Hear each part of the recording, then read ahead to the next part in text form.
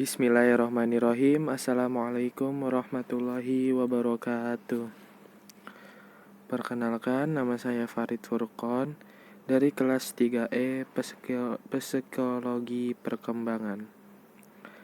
Kali ini saya akan menyampaikan beberapa materi mengenai mata kuliah Psikologi Perkembangan yang diampu oleh Ibu Ike Utia. Yang pertama ada perkembangan dan pertumbuhan. Di sini perkembangan adalah perubahan yang di dalam diri manusia dalam beberapa aspek, yaitu proses fisik seperti berat dan tinggi badan yang bertambah serta bertambahnya kemampuan motorik dan pubertas. Perubahan proses kognitif, kita mampu bercakap-cakap dengan bahasa yang baik dan mampu berpikir lebih tajam dan kritis. Dan perubahan proses sosio-emosional seperti kita mampu berelasi dengan orang lain dan memiliki kematangan emosi yang lebih dan karakter yang lebih. Selain manusia mengalami perkembangan, juga mengalami pertumbuhan. Pertumbuhan dalam konteks perkembangan ini merujuk pada perubahan yang bersifat kuantitatif seperti peningkatan ukuran dan struktur, seperti pertumbuhan badan, kaki, kepala, jantung, paru-paru, dan sebagainya. Pertumbuhan juga memiliki beberapa faktor, yaitu genetik, makanan, nutrisi, dan lingkungan. Selanjutnya ada lifespan. Lifespan sering disebut juga sebagai perkembangan dalam suatu kehidupan manusia, mulai dari kandungan sampai lanjut usia. Perkembangan yang dimana suatu berkembangnya kemampuan pada struktur dan fungsi tubuh yang memiliki pola yang sudah disesuaikan dalam kematangan. Dan juga lifespan memiliki beberapa tahapan.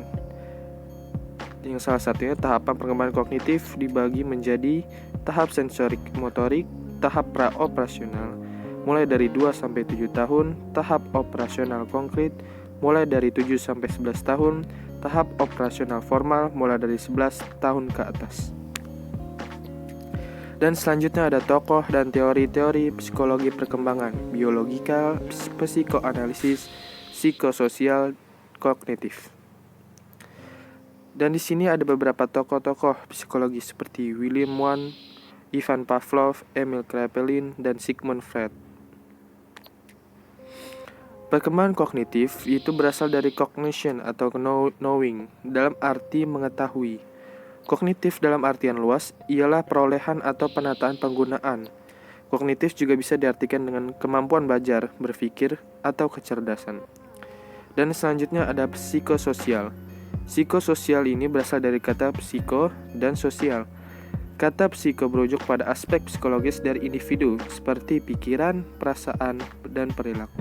Sedangkan sosial mengacu pada hubungan eksternal individu dengan orang-orang di sekitarnya. Psikososial adalah suatu kondisi yang terjadi pada individu yang mencakup aspek psikis dan sosial atau sebaliknya. Dan selanjutnya ada teori psikoanalisis. Teori psikoanalisis merupakan teori yang berusaha untuk menjelaskan tentang hakikat dan perkembangan kepribadian manusia. Unsur-unsur yang diutamakan dalam teori ini adalah motivasi, emosi, dan aspek-aspek internal lainnya. Dan selanjutnya adalah teori biologikal. Secara terminologi, biopsikologi adalah ilmu yang membahas keterkaitan antara aspek biologis dan aspek psikologis yang khusus berobjek pada manusia. Tujuan dalam memahami teori biopsikologi yaitu memahami perilaku sesuai dengan sisi psikologinya. Adapun dasar perilaku menurut biopsikologi yaitu adanya rangsangan yang memberikan suatu pengaruh ke dalam tubuh. Adapun dasar perilaku menurut biopsikologi yaitu adanya rangsangan yang memberikan suatu pengaruh ke dalam tubuh. Perilaku manusia dikendalikan oleh sistem endokrin dan sistem syaraf dalam struktur organisme yang kompleks. Dan selanjutnya ada konsep perkembangan massa dalam kandungan atau prenatal. Periode prenatal merupakan periode awal di mana setiap pertumbuhan dan perkembangan individu itu baru akan dimulai. Periode ini juga merupakan salah satu periode yang paling singkat dibandingkan dengan periode lainnya. Ini mulai dengan awal pembuahan dan berakhir pada kelahiran, selama kurang lebih 270 hingga 280 hari atau 9 bulan. Perkembangan prenatal terjadi dalam 3 tahap, yaitu geminal, embrionik, dan fetal.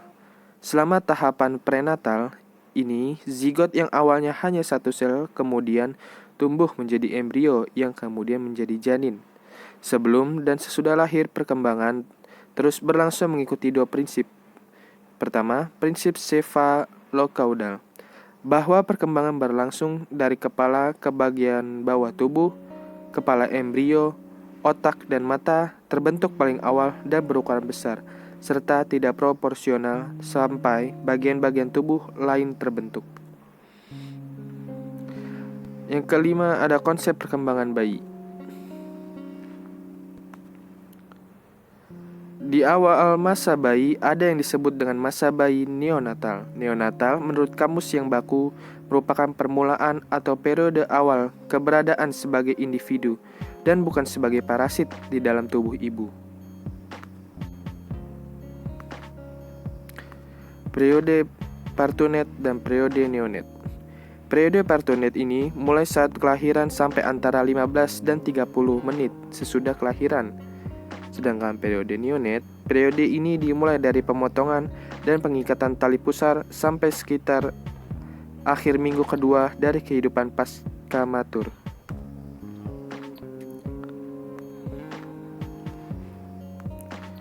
Sini ada pola perkembangan fisik bayi.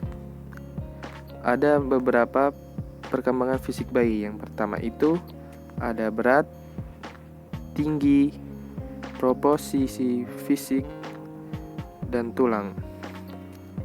Dan masih ada lagi terkait perkembangan fisik dari bayi. Yang kelima ada otot dan lemak. Yang keenam bangun tubuh. Yang ketujuh gigi. Yang kedelapan susunan saraf. Dan yang kesembilan perkembangan organ perasa. Dan pembahasan selanjutnya tentang konsep perkembangan anak usia prasekolah. Anak usia prasekolah adalah anak yang berusia antara 3 sampai 6 tahun. Pada periode ini, pertumbuhan fisik melambat dan perkembangan psikososial serta kognitif mengalami peningkatan. Ciri-ciri anak usia prasekolah ada beberapa, yaitu ciri fisik dan anak usia prasekolah umumnya sangat aktif. Ya, seperti biasa anak usia prasekolah memiliki penguasaan atau kontrol terhadap tubuhnya dan sangat suka melakukan kegiatan yang dilakukan sendiri. Ciri sosial yaitu umumnya pada tahap ini mereka mempunyai 1 atau 2 sahabat, tetapi sahabat ini cepat berganti. Kelompok bermainnya cenderung kecil dan tidak terlalu terorganisir dengan baik. Ciri emosional, anak usia prasekolah cenderung mengekspresikan perasaan secara bebas dan terbuka. Iri hati juga sering terjadi di antara mereka, dan anak usia prasekolah pada umumnya seringkali merebut perhatian guru atau orang tua. Dan yang terakhir adalah ciri kognitif, anak usia prasekolah umumnya sudah terampil dalam berbahasa. Kompetensi anak juga perlu dikembangkan melalui interaksi, minat, dan kesempatan. Dan selanjutnya ada perkembangan masa pubertas. Pubertas adalah periode yang unik dan khusus yang ditandai oleh perubahan-perubahan. Seperti perubahan fisik merupakan gejala primer dalam pertumbuhan masa remaja yang berdampak terhadap perubahan-perubahan psikologis. Remaja mengalami perkembangan mencapai kematangan fisik, mental, sosial, dan emosional. Berlangsung sekitar umur 13 tahun sampai dengan umur 18 tahun, yaitu masa anak duduk di bangku sekolah menengah sekitar umur 17 tahun. Dan selanjutnya ada konsep perkembangan remaja. Kata remaja berasal dari bahasa Latin, yaitu adolescent, yang berarti remaja, yang berarti juga tumbuh atau tumbuh menjadi dewasa.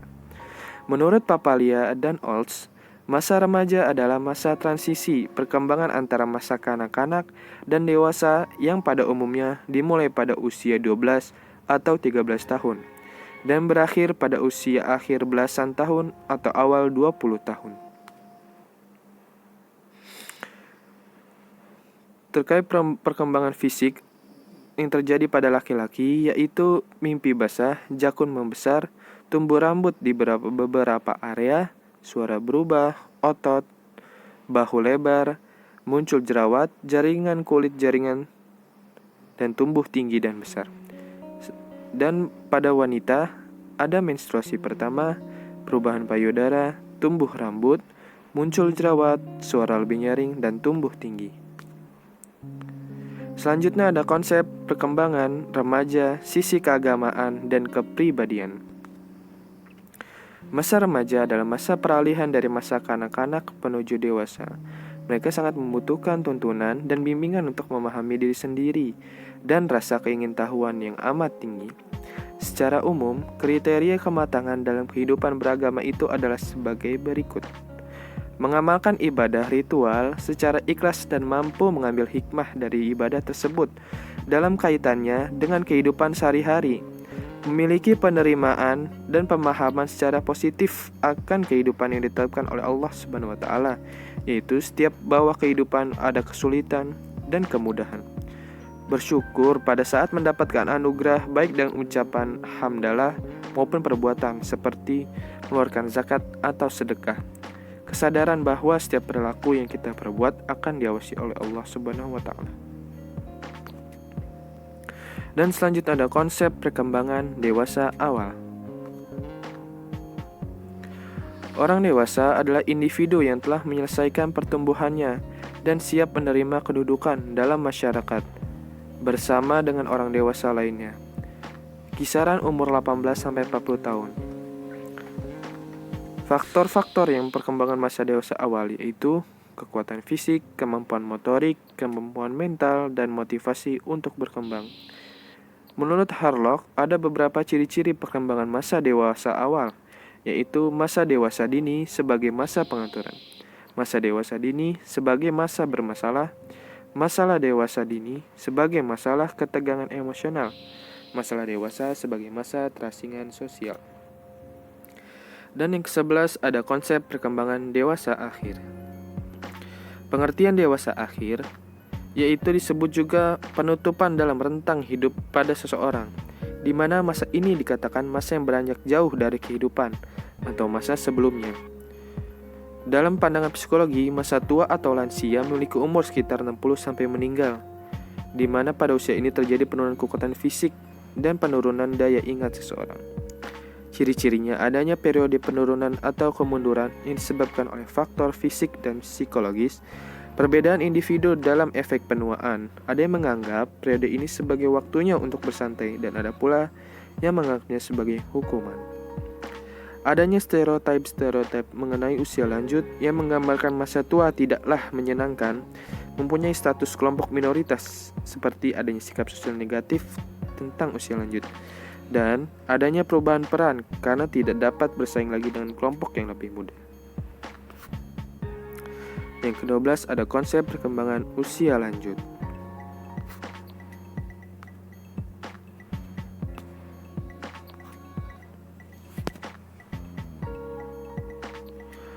Tugas perkembangan pada masa usia lanjut yaitu adalah orang tua periode penutup rentang hidup seseorang, yaitu suatu periode di mana seorang telah beranjak jauh dari periode terdahulu yang lebih menyenangkan atau beranjak dari waktu yang penuh dengan manfaat.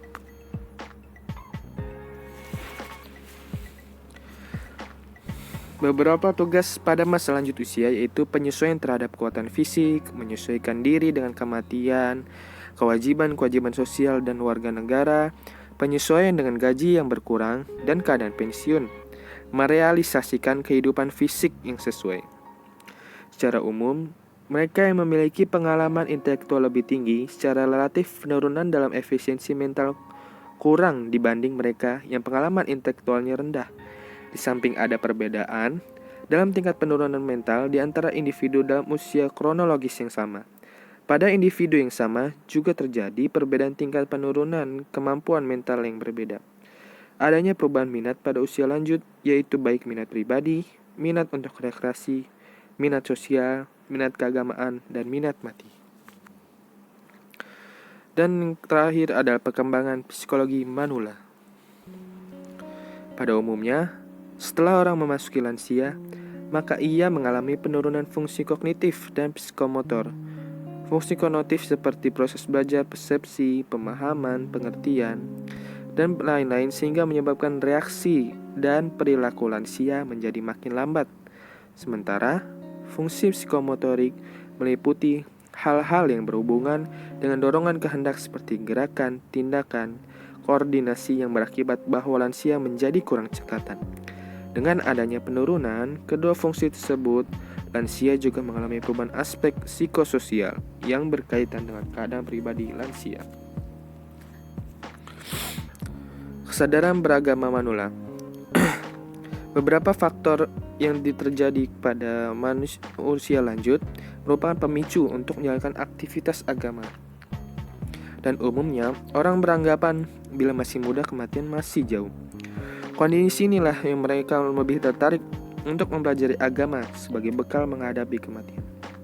Kesadaran beragama yang muncul pada usia lanjut membuat mereka lebih ikhlas dan lebih tekun dalam menjalankan aktivitas beragama. Tetapi, masalah yang sering muncul ketika usia lanjut ingin lebih fokus beribadah, maka sering dibatasi masalah kesehatan usia lanjut. Jalaluddin Rumi mengungkapkan, sikap keberagaman manusia lanjut meningkatkan karena adanya hubungan antara kecenderungan peningkatan kehidupan keagamaan dengan gairah seksual, di mana usia lanjut mengalami frustasi di bidang seksual, maka membuat mereka beralih untuk memulai membentuk sikap keberagamaannya. Terima kasih. Sekian presentasi atau pemaparan dari saya, Farid Furqon. Bila ada salah kata dan penyampaian atau materi yang kurang pas dengan apa yang saya sampaikan, mohon dimaafkan. Kurang lebihnya mohon maaf. Billahi sabil haq fastabiqul khairat. Wassalamualaikum warahmatullahi wabarakatuh.